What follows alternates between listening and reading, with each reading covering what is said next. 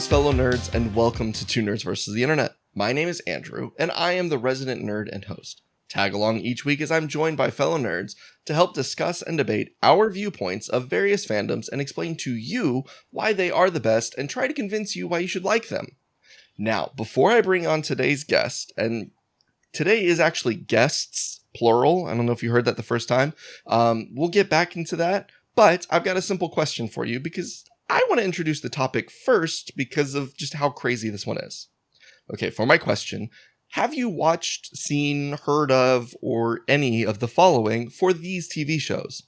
Bodies, Sandman, The Walking Dead, Jupiter Legacy, Umbrella Academy, The Boys, Locke and Key, or Invincible?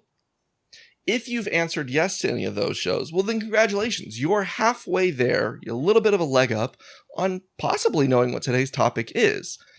But if you're questioning why any of those shows would have anything to do with each other than some of them are on Netflix, some of them are not, some of them are kind of superhero based, and some of them are not, well here's the answer. They're all based on an indie comic book. Now, you might be thinking, what does an indie comic book mean? I'll get back to that. The short answer is it's an independent publisher that's not Marvel or DC. Okay? So that's what you need to know on the start. That's what we're here to talk about. And when I said guests, I meant guests. I had two guys that I had to bring on to the conversation with me today because both of these guys have been pretty influential in my consumption of indie comics. Okay? So without further ado, let's bring in my guests. We have Tyler and we have Derek. Woo! Yay! Yeah, thanks for having me back. Welcome back to the show, guys. And like I said, both of you have been very influential, very impactful on what I do and how I've read comic books, but indie comics more specifically. Now, before we get into all that, I've got a question for the both of you. And Derek, we're going to start with you. Okay. What's the nerdiest thing you've done this last week? I don't know if it's considered nerdy.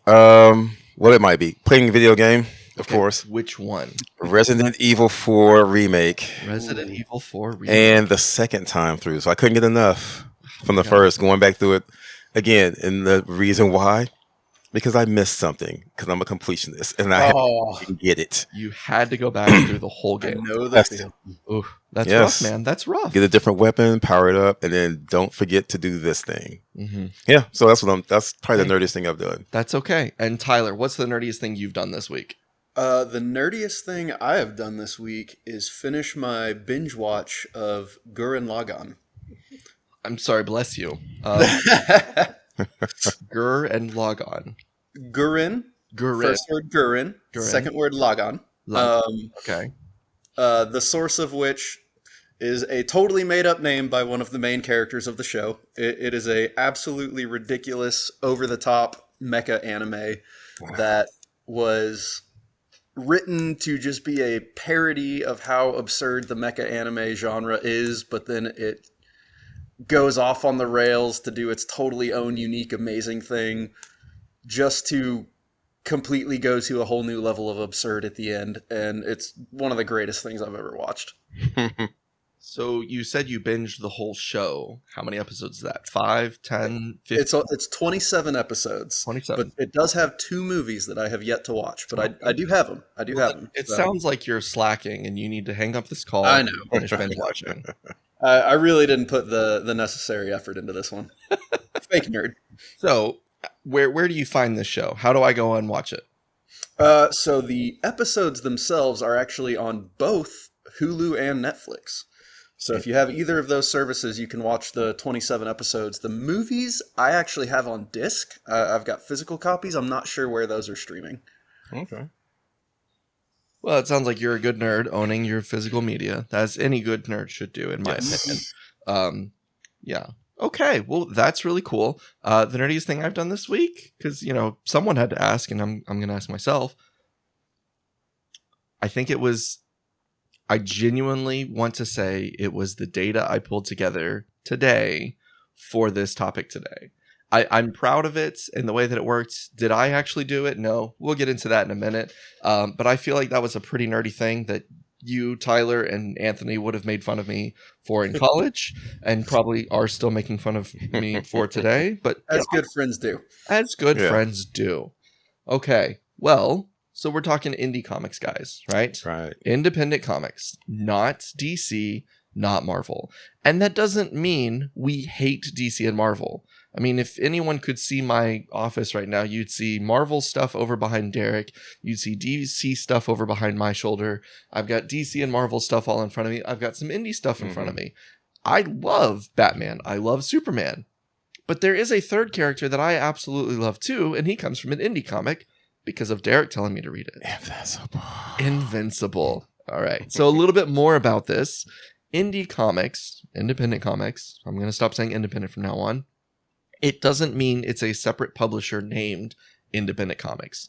They are independent from DC and Marvel, typically. There's one small exception we'll talk about in a moment.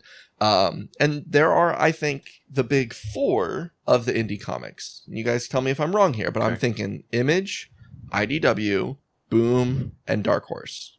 Yeah, I think that's right. Yeah, I mean, those are definitely the big ones. In the around 2010, I might have lumped Dynamite in with those as well, but they have really seemed to kind of become one of the more obscure hidden gem publishers. Yeah. And that's, one of the books on my list is older, so there's nothing wrong with Dynamite. It's just as of today in 2025, those four are kind of your big names in indie comics. And there's a lot coming from them. Now, also with indie comics, it doesn't mean that there's no superheroes because, like I said, Invincible's my favorite. He's definitely a superhero. Yeah. He's most definitely a superhero. What indie really means is that it's not your common style of superheroes, or it's not your original stories for superheroes. In my opinion, more often than not, your indie comics are a lot darker. They're a lot more adults, I think is a better way to put it. They're not necessarily darker. A lot more adults. They're a lot more out there. They're a lot more approachable for someone who says, you know what, I'm tired of the standard bad guys always winning kind of a story. Typically, your bad guy's still going to win in these stories, but it doesn't feel like that sometimes. I mean, there's plenty of Invincible issues where I'm sitting there going, there's no way Mark's getting out of this. This man's dead. There's no way this story keeps going up. No, it kept going. I was like, oh, wow.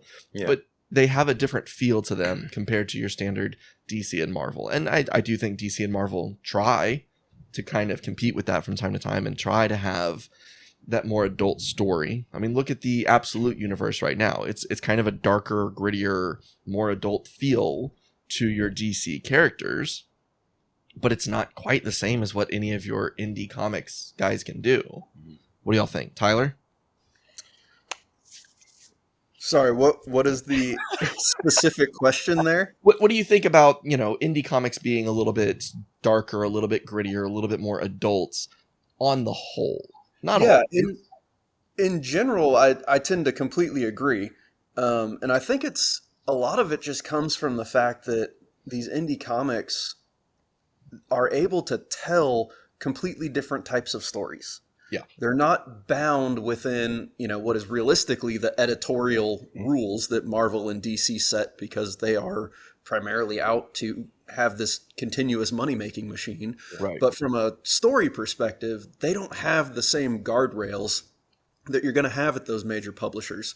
And so they can tell these totally different stories where you could have your main character just get completely obliterated 7 issues in, and now one of the side characters is now the main character going forward.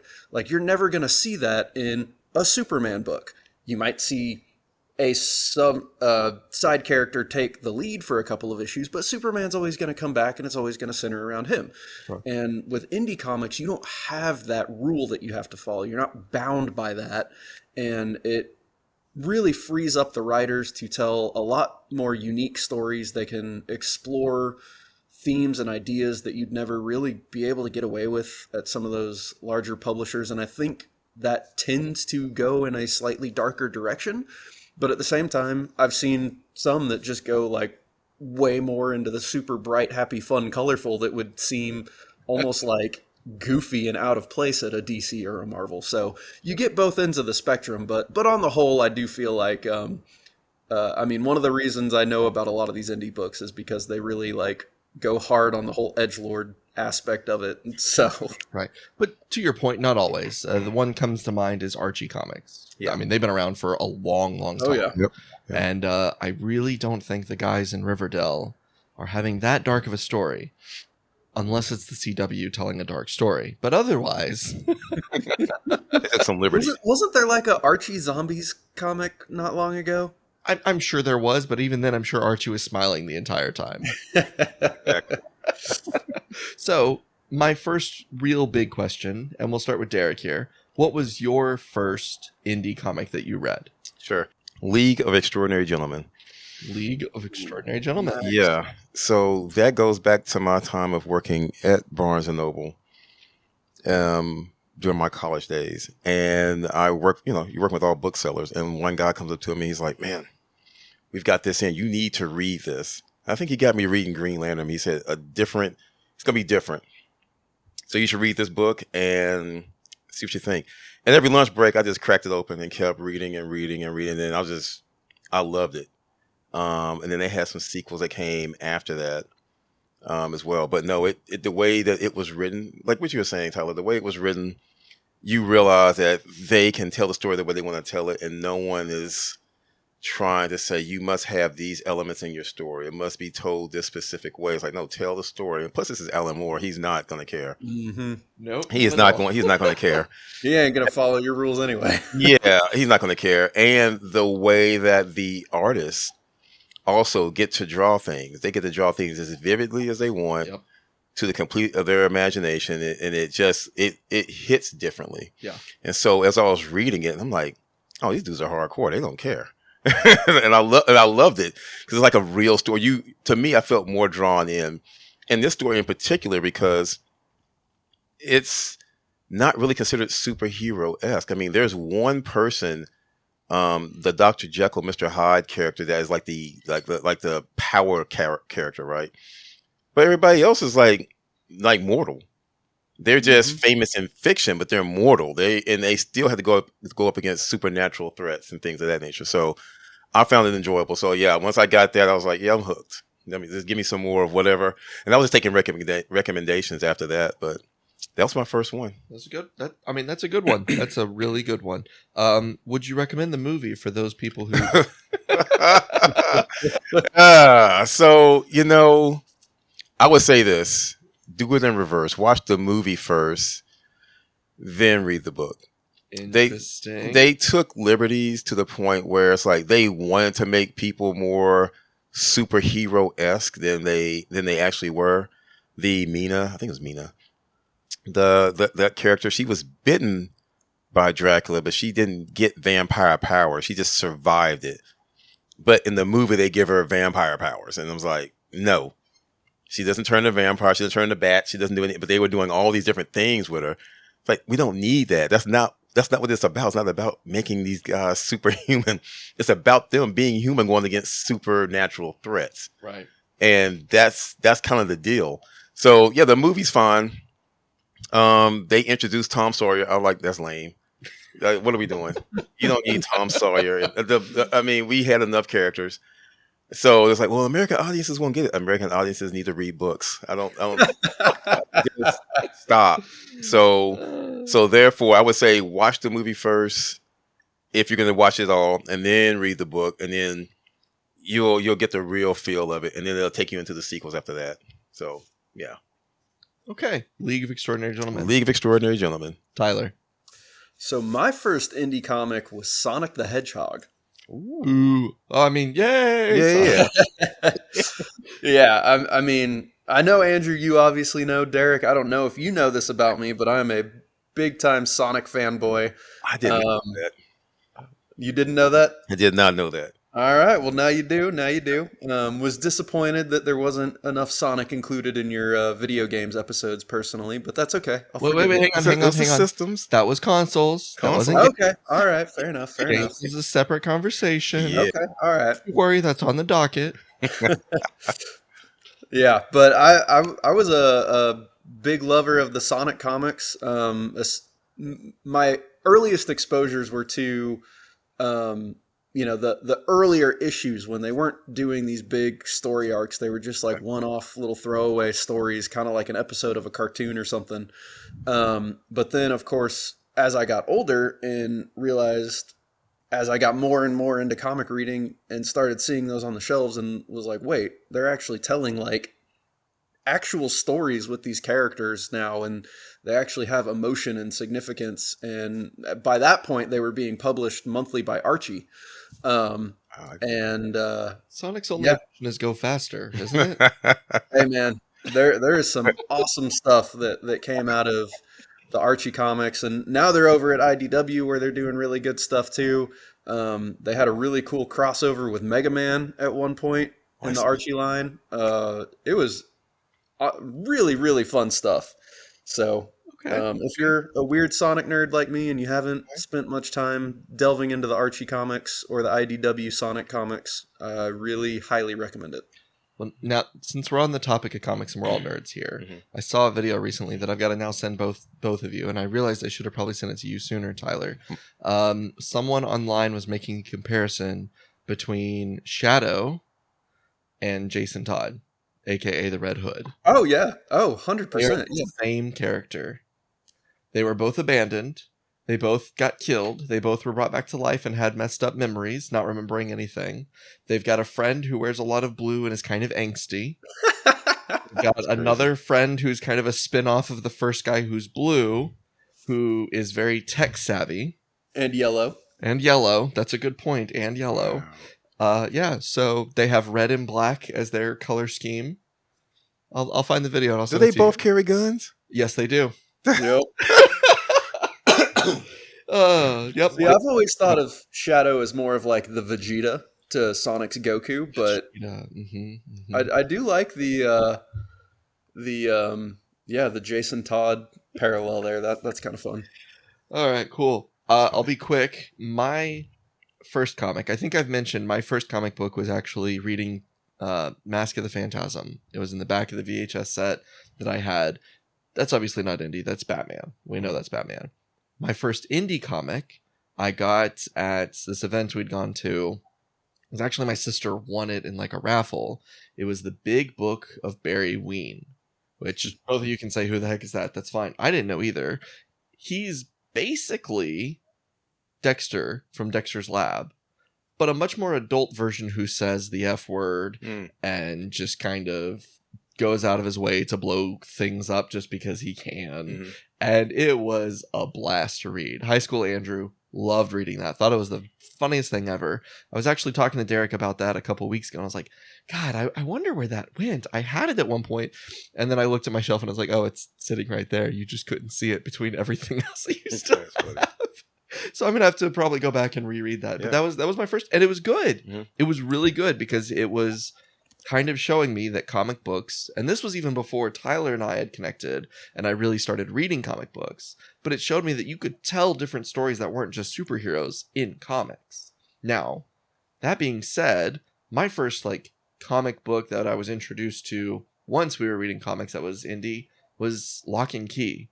And that is even further proof of what a good story can be, and why I think indie comics are so important and so just wonderful as a collective set of comics, because of how much they can bring to the story, to it, and tell these fantastic stories, and it not have to be about superheroes. I mean, same with Barry Ween. It was a kid scientist. It was a mad scientist with a lab as a little, high schooler. But it's just so crazy to me that indie comics have this freedom to do whatever they want, and usually it works for them. They get to just make things up as they go and just have a great time doing it. And nobody's really going to tell them, no, we're not going to do that. And a lot of times, most of these books, as far as I can tell, are coming from the authors and the artists who want to tell these stories. They're coming from the guys and girls out there who have an idea in mind and they say, you know what, I'm going to write it. And they don't really care because they know that someone's going to pick it up, typically because they are loved and wanted as a creator. I look at, oh gosh, what's his name? Charles Soule The number of books he's done and is doing today is just really, really impressive. And I'll save one that I want to talk about for a minute. But, one that you got me to read for a little bit in college, Tyler, was God Hates Astronauts. Yeah. Always remember about God Hates Astronauts was there was a giant tiger eating a cheeseburger on a throne. And this guy with a crab head runs into the room and he's like, Admiral Tiger eating a cheeseburger, what is it, sir? And he's like, here, take this. The phone's ringing. And he like tosses it at him while he's like eyeing the cheeseburger and eating it. I'm like, what is this? What is that? Yeah, that one was so weird and off the rails. But it's just, that's what indie comics can do. Yes. That's my experience with it. It's just how much they can do whatever the heck they want. Yep. No one's really going to stop them. Most of the time, it's people having fun with it. And you're not tied to, here's a character that you have to build out the certain way. Batman's going to follow these core motifs. Superman is going to follow these core beliefs. Iron Man's going to do these things. And yeah, like Tyler said, you might have that character go away for a little bit and come back. But your Iron Man book's always going to have Iron Man. Your Thor book's always going to have Thor. Spider-Man's always going to have Spider-Man. And they're going to follow the same rules and whatever belief system has been put in place. These indie comics can do whatever they want. And I think that's just fantastic to me. So, I think we should dive into everyone's top 10 list. And I think it would probably be best for either of you to go first. I don't care who. Okay. And I want you to just tell me what's your top 10 and kind of hit it kind of bullet point. Number 1, number 2, number 3, or you could even do 10 to 1 in reverse order. And then we can go back and kind of dissect your list and talk about a couple different things here and there. But let's do David Letterman style. Number 10, number 9, number 8, number 7, that kind of style. Does that sound good? Sounds good. Yeah. All right. Who wants to go first? Tyler, you want to go first? Sure thing. I will go first. So, number 10. We have Underwater Welder. Okay. At number 9, we have Wild Blue Yonder. At number 8, we have Harbinger. At number 7, I have 5 Weapons. Number 6, I have 30 Days of Night. Number 5, I've got Exo Man of War Volume 3 specifically. Number 4, I have Letter 44. Number 3 is Sandman Mystery Theater. Number 2 is one that you've already mentioned, Locke and Key. And number 1 from Image Comics is Spawn. Spawn. Nice. Spawn fix. Yeah, Spawn. So let's start with your number 1 pick there. Why Spawn? So Spawn was a very interesting character to me because I first got introduced to him actually through a action figure of all things. My cousin had one, and I thought he was just the coolest looking thing because he was kind of scary, but he was also like, you could tell he was kind of a superhero, and he had this whole display of all these different characters, and the Spawn one was always the coolest one to me, but I had no idea where he came from. I thought he was like a video game character or something. I just thought he was really cool. And then it was one day in late high school, I was hanging out with some friends, and the old Spawn movie from the 90s came on Spike TV, and we all started watching it. And I was just like blown away. Not because the movie was great, but because I was like, that's the guy from that toy. He's so cool. And it was doing all of this really cool stuff. It had angels and demons and magic powers and also like absurdly massive guns, which like, come on, what's not to love about that? And so, I went home and I was like, all right, I got to look more into this. Like, who is this character? Like, what's the whole story? Found out that he had a very long-running comic book that was still going at the time, and I was like, well, I've got to pick up some of these. And at the time, they were in the middle of printing these super thick collected volumes that were collecting like 30 or 45 issues a piece. And so I was able to pick up the first 6 of those and get, because this was you weren't going to get the full set in trade, and there was no way I was going to be able to hunt down the last 20 plus years of individual issues. But by getting those 6 compendium volumes, I was able to get an unbroken run of the first, I don't even know what it was, maybe 150, 170 issues of Spawn. And, this was when I was just really kicking off. I was getting my Superman and Action Comics and Justice League books through the mail, through a mail-in subscription that I had family members gifting to me. But then I was spending any money I could get my hands on buying up all of these different trades and collections to try and expand that and read stuff that was already out there. And for whatever reason, Spawn was just what I really gravitated to. It was funny because I really love Superman and Captain America, the big, bright, blue Boy Scouts, and then Spawn, the literal demon that's running around using devil magic. Comment on that. You being the guy who loves the bright blue Boy Scouts, and here you are loving this dark black clad demon. It's funny to me. Covered in spikes and chains and yeah, no, it's awesome. And again, it was kind of. It was really interesting to see, having read mostly like Superman and Captain America at the time. Yeah. You go into Spawn and like issue 1, dude dies, and it's like what? Yep. Okay, what are we about to do here? And then the way that they really explore the character and the pain of what he is having to go through, and the way that they really just kind of torture him was. I don't want to say it's enjoyable, but it was kind of fascinating in a way, coming from the Superman, Captain America mindset. That's like, that's not the type of story you're ever going to see in those books. And so, yeah, that was the first, not the first indie comic I ever read, but the first one where I really had an exposure to an extended run and read a large amount of it. And I really loved it, and it opened my eyes that, you don't got to read nothing but your mainline superheroes to have fun with comics. Absolutely. And it's just such a huge departure for you as a person, but it's just so cool that such a huge departure still captured your attention in such a different character that is Spawn. Yeah. What's another one from this top 10 list that you have fond memories of reading? Obviously, we could go through every single one and you'd be able to spend, 10 minutes talking about it. If you pick another 1 or 2 of these, I want to do your number 1 to ask why is it your number 1, of course. Yeah. But pick another 1 or 2 from your list here. Tell us a little bit more about it. Ooh, all right. So, I think the one that I'm going to go with next is going to be Sandman Mystery Theater. Okay. Okay. So this one is from Vertigo, which is actually, when it still existed, it was an imprint of DC Comics. So this one wasn't originally on my list until we did some more talking, and I saw how many of the books you guys were picking that were Vertigo.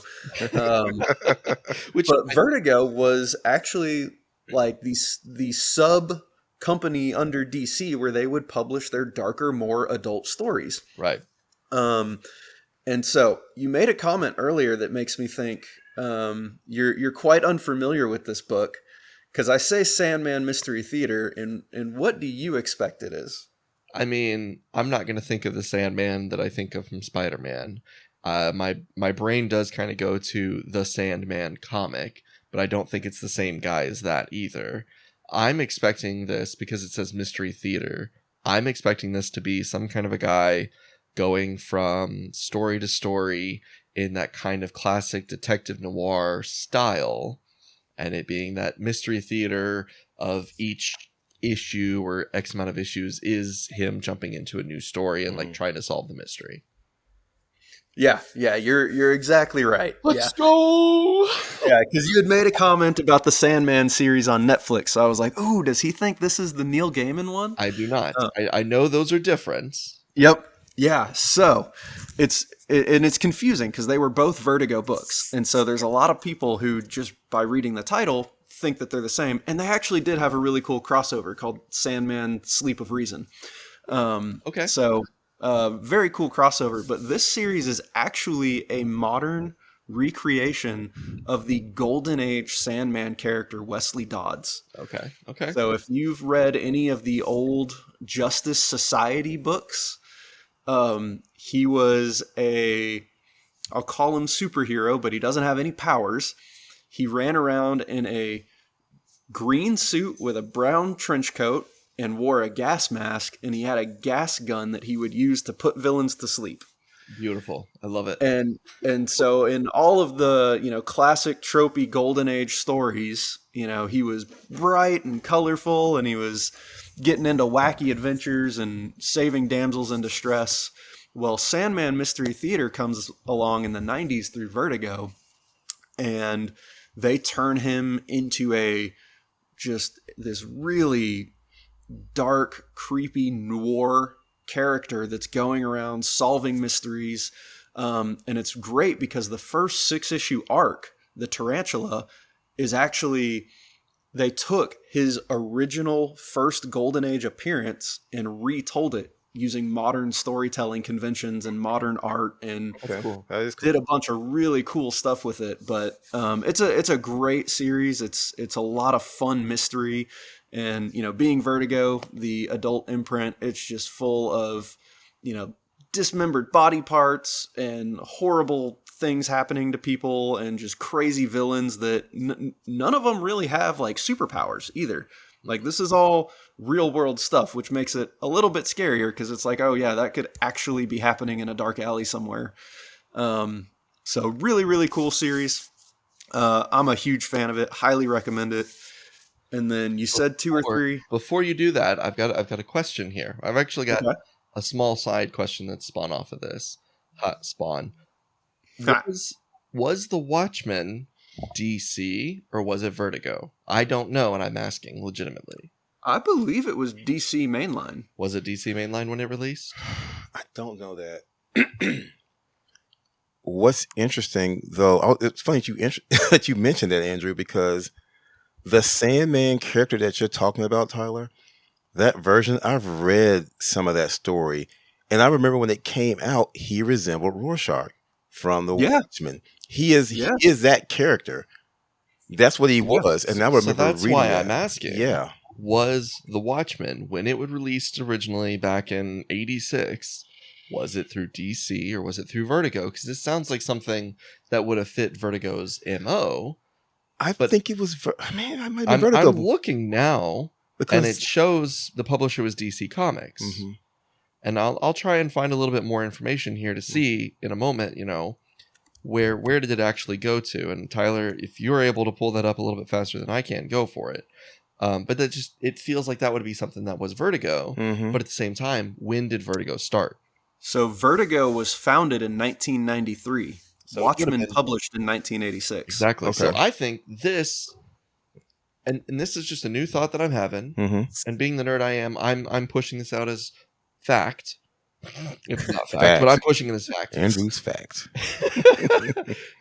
I wonder if DC didn't do the Watchmen under its label and went, wish we would have had a separate kind of entity to be able to start pushing this out. Because, and this is something that I put together our list for, which was my nerdy thing of the week, and I said I'd come back to it. I took our books and I asked ChatGPT to go through and pull all sorts of data for us. Okay. When I looked through our data of when books were published, nothing was published before 84. Oh, wait. Mouse was published in 1980. One of the ones on my list that I'm going to talk about.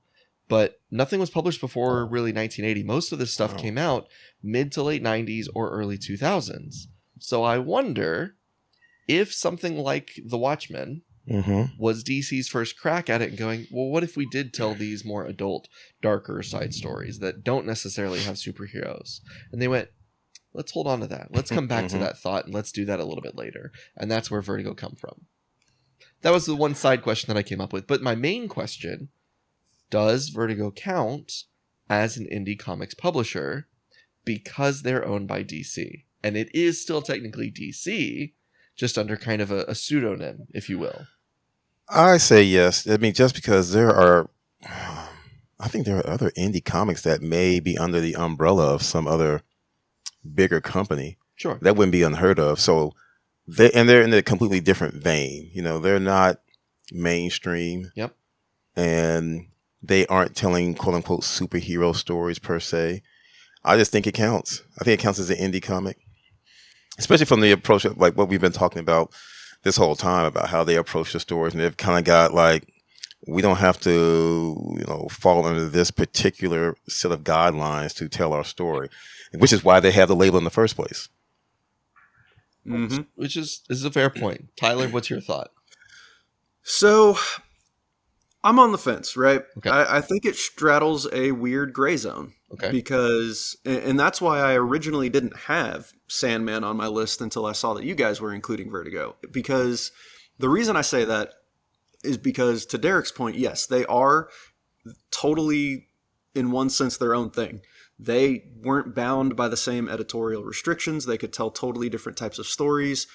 But at the same time, they were bound because DC was not going to allow Superman to show up in their books, despite all of these Vertigo books still being in the canon DC universe, right? That's the thing that you got to remember is even though books like Hellblazer and Sandman Mystery Theater and the main Neil Gaiman Sandman book, even though those are like super dark, super gritty, they don't feel like DC books.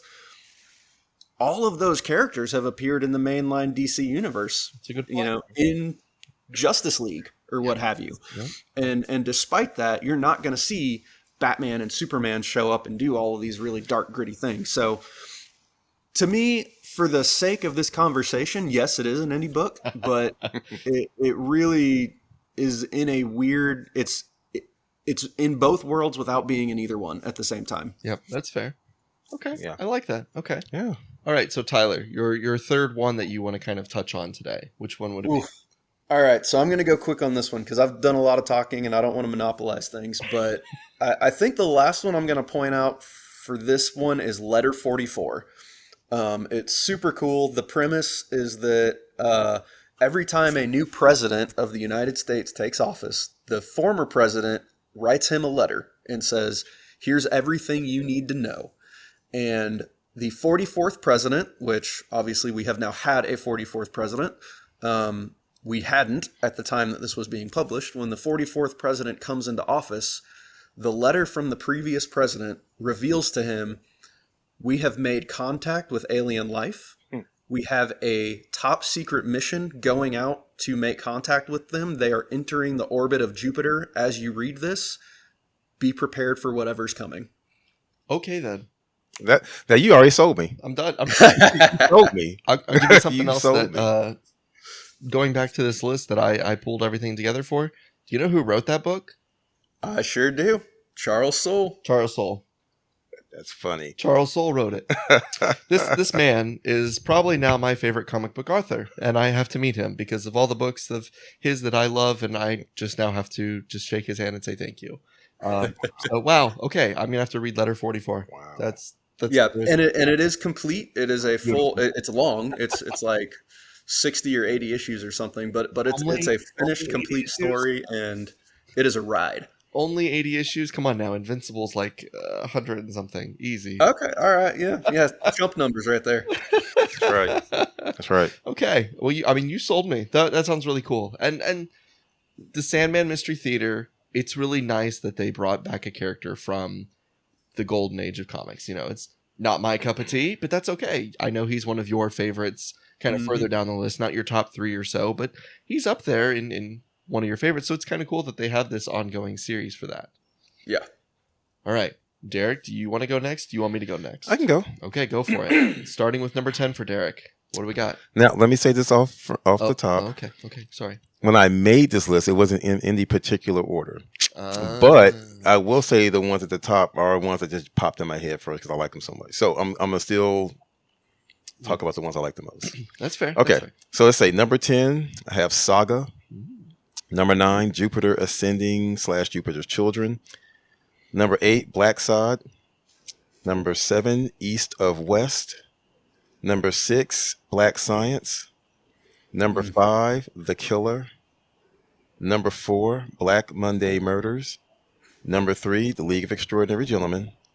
Number 2, Transmetropolitan. And number 1, Mind Management. Beautiful. Yeah. Beautiful list. Yeah. Beautiful list.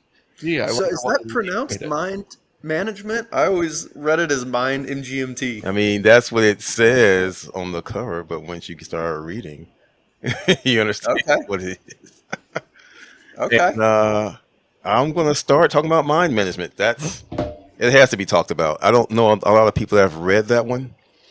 One of my friends, Danny, he put me on it, and it's interesting because Matt Kent, I think he writes it and he's drawing it. I think that's right, and it's watercolor.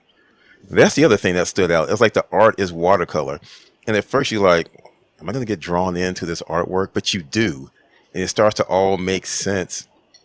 The part I like the most about it is that as you're reading the book, each page has this border around it, and it's like locking in the intelligence, like basically saying that this information contained within would hurt you if these barriers aren't up to protect your mind.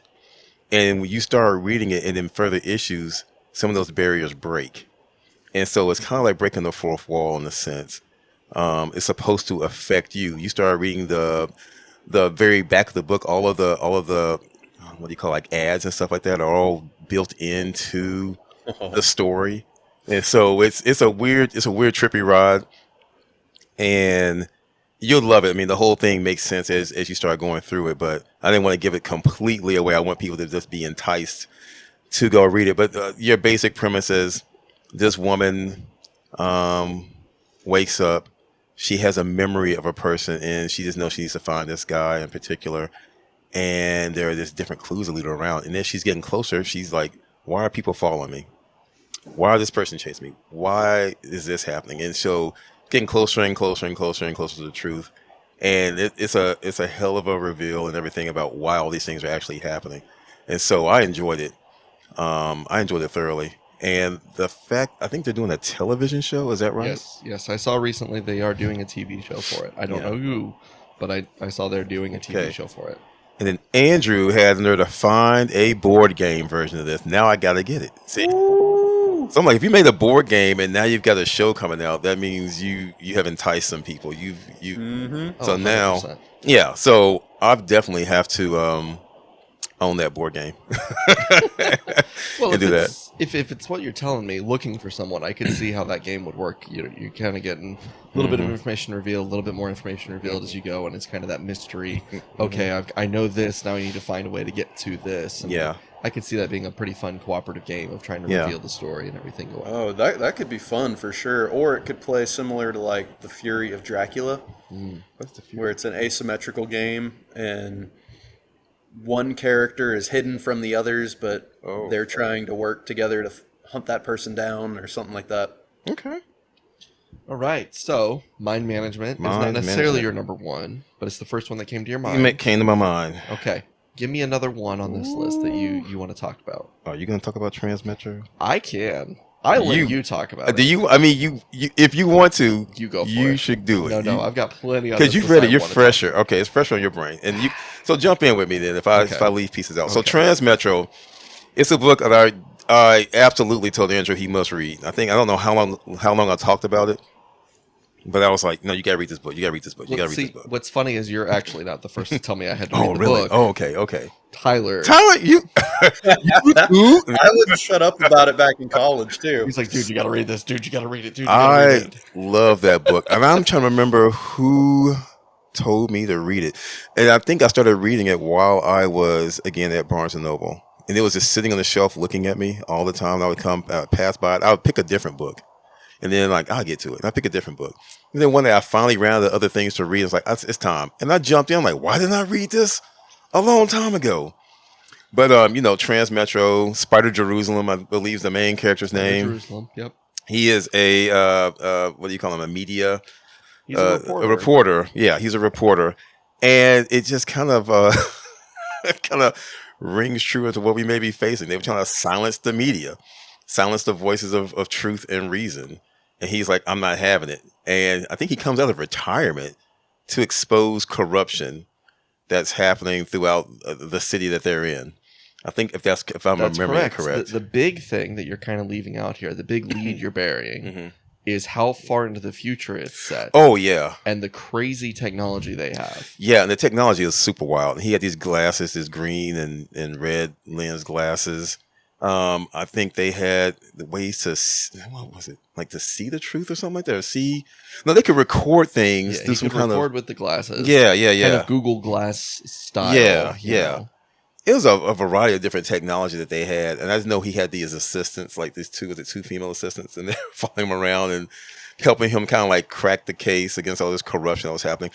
And I love the way the story was told, and I loved his character. Yeah, his character really just sold it. And I kept thinking, like, who could be this person, and like, who could do a live action of this? And I'm shocked that it hasn't been done. I'm shocked it's not a series. Well, see, Derek, it's what I've told you. This would be a good one to do animated. Don't do a live action. Yeah. Just because, like, what was it, Private Eye that we all Private read Eye. recently? Mm-hmm. That's another one that, while it would be fun to do in a live action setting, I'd personally rather see it in an animated setting, because then you could make the world look the way that you want the world to look, with not feeling restricted on a budgetary standpoint. You're very correct about that, because what people listening don't know if they haven't read this book, there is so much detail on every page that is drawn. I don't know how long it took to draw and color and ink each page, but when you're looking, I sat more time on there. It's like playing Where's Waldo, looking for these little small things in every page, and then some of the stuff is just funny. I'm like, oh, the artist didn't expect me to see that, but I did see that, you know. Yep. And it's something. All these little small things is hidden around the pages, and I sat there. I would read through the page, but I was just sitting like an extra 10 minutes just scanning the page. Like, what can I see that maybe I'm not supposed to see? Is the artist trying to hide something from me? Yep. So I just thought the author and the artist worked hand in hand and made crafted a hell of a story. And so it's one of my top stories of, I think, of all time that I've read so far. And of all the indie comics I've read, this is definitely high up on my list, and I recommend it, all the time. If you don't do League of Extraordinary Gentlemen, like it's your first read, do Transmetro. Just do Transmetropolitan and lose your mind. And kind of going off that, I'll agree with Derek. I spent a lot of time looking at the background. I spent a lot of time looking at the world to just study all that they crammed into a single page, and it was just beautiful in that regard. And it wasn't every page that was that way. It would be probably like 1 or 2 pages in a single book. Most of the time it was some kind of action going on as Spider was moving around and doing what he needed to do for his story. But the story was just so wonderful in the way that it unfolds and the kind of the mystery around all of it. So no, I think it was a fantastic book. It really was. Yeah. So I enjoyed it, and there's just so much to it, and I don't want to say any more. I want to say any more about that. I want people to just go and like, I'm reading it now. Go read it yourself. Go read it now. Which I will say, for anyone listening to this, I am going to put a list of all of these issues in the description of the episode so that you can go and find them. I'm going to include a copy of who the publisher is, just to try and help you narrow it down. Mm-hmm. So feel free to peruse our list and read through it. All right. So Derek, give me one more. One more. Woo! You already talked about League. Yeah, I don't want to do that. If you don't want to do that one again. Man, it's too many good ones. And that's not even all of them, because you kept going, what about? What about? I know. All right. I have so many honorable mentions. Yes. I am not. Oh, man. I'm not going to talk about Black Monday Murders. I want to, but I'm not, because it's not completed. It's on hiatus. And so I don't want you to go and start reading, and then you can't get far because it's on hiatus. So, but go read it. But I'm going to jump to Jupiter Ascending and Jupiter's Children. Nice. And now, Derek, would that be one that had a TV show that we mentioned? That did have a TV show. And I think I got to see like one episode. They didn't continue it. Mm-mm. I was so mad about it. I'm like, not enough people are watching it. So, but it's one that should be told. It's one that could work. And I think, Andrew, that would work better, not as live action, but animated. I think if that was animated, that would have hit way before Invincible would have. And it would have had that same impact. Yep. I think it would have had, because the story is this guy, he's an explorer, and he has family that also do it. And they went to find this hidden relic that they didn't think existed. They come across and they find it, and it grants them these abilities. and they come back to the world, right? They come back from this island back to the United States, and they're sharing their abilities. They're kind of fixing the world in their own way, and they have let it be known that's what we're here to do. And they get, they've got long life and all this other stuff. And then things go haywire because somebody wanted more power than the other. And what's crazy, they're all related. So this is family. So family starts feuding with family and just makes things go absolutely off the rails. And you start getting to this corruption and backstabbing, and that's what you're kind of reading, like a story about a family of superpowered individuals. And when the family divides because one guy wants more power than the other, and it's really two brothers fighting each other and their families going against one another. And so once you get out of Jupiter's Ascendant, you get into Jupiter's Children, and you start seeing other stories pick up from there. But it's a really good read, and it is hardcore. I mean, they don't care. It's like, you saw this kid get his head punched off or whatever. Yeah, they're gonna do it. Someone's gonna rip an arm off because they're just taking it to you. Super independent. Yep. But and it was, and I was wondering how they were gonna do that as live action, but then the boys came along, so I guess it doesn't matter. I think there's a big difference there. Mm-hmm. Okay, I have to be careful because I haven't watched The Boys yet. Mm-hmm. But The Boys is a lot more grounded in reality from everything that I see. Yes, you've got these superheroes. Mm-hmm. Yes, they have these fantastic powers. And yeah, they use them from time to time. But a lot of the story of The Boys is not the superpowers and not that part. It comes into play, but it's not all about that. Versus something like Jupiter's Legacy or Invincible, where it's all about a superhero and their powers and then pushing what their powers can do. Yeah. Correct me if I'm wrong. No, I mean, you're right. I mean, it's on the same level. I'll say Jupiter's Children and Jupiter's Ascension is on the same level as Invincible when it comes to like how the violence is represented. Okay. It feels the same way, and the story is good. You're really tracking the story, and it's like, oh, that was wildly violent, but that it tracks, and which is why I'm thinking that had they animated it lands differently. Gotcha. Okay. Yeah. Cool. All right, my turn. Number 10. Next time on Two Nerds versus the Internet, find out what Andrew's top 10 list is and how long he truly. I don't know what that was, but do tune in next time for the conclusion to this half of our conversation on indie comics and find out what the rest of Andrew's list is and how long he rambles. Some, not a lot, just some. Don't worry. There's still good conversation to be had, I promise. Thank you for listening. Follow us on all the different socials that we have. Follow us wherever you get your podcasts. And please come back for the next half of the episode. Until then, keep nerding out.